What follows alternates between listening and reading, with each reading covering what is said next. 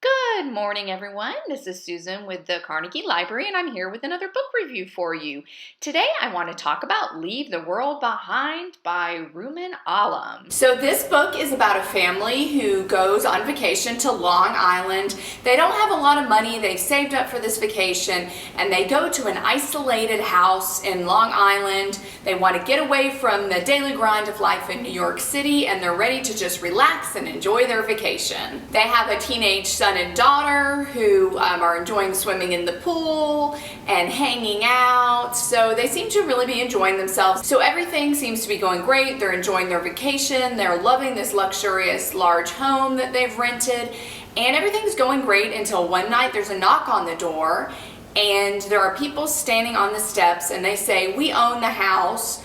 We started to go to New York City, something happened, and now we want to come here where we feel safe." And they're not very clear about what happened. They basically say there's a blackout in New York City. It made us feel very weird. We feel like something bad is coming, so we wanted to come here because this is a real safety place for us. We know you've rented this, but is it okay if we go downstairs and stay in the room down there? Well, Amanda and Clay, who are the ones renting the house, feel a little uncomfortable. They're like, is this a scam? Are they gonna do something to us? They're very hesitant, and they're like, I don't really know about this, but at the end of the day, this is their house. Yes, they rented it. Yes, they have a contract, but it is their house. So finally they say, sure, you can stay downstairs.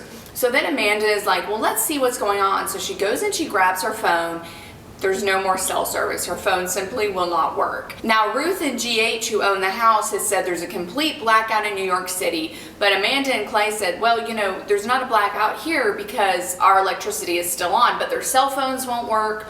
So they don't really know what's going on. They can't figure it out. Their landline at the house doesn't even work, so they have no idea what's going on. They're starting to get really worried, and then something really weird happens, and everything changes. While I was reading this book, there's like a sense of dread that runs through it because you don't really know what's going on, and sometimes the unknowable is worse than knowing what's going on. So as I read it, I was like, I don't know what's going on. This is really creepy, but it was so good. This book was written so wonderfully. It really like sucked you in and made you feel like you were with this family and you were there trying to figure out what happened and what was going on as you felt dread. And there were a couple of things that happened that was like, whoa, what in the world? This is so strange. Now I have to say some people might not like this book because it is very ambiguous. It does not have a clear-cut ending. It kind of leaves it up to the reader's interpretation. So I did want to say that if those kind of books drive you crazy, don't read this one. But I loved it. I found it to be so creepy, and a sense of doom was going through me while I was reading, like, what's gonna happen? What's gonna happen? But I loved it. I thought it was so good. It has a lot of interesting commentary on parenthood, race, and class, and it makes you think about a lot of things while also being pretty entertaining. So I highly recommend this book. Again, it's Leave the World Behind by Rumaan.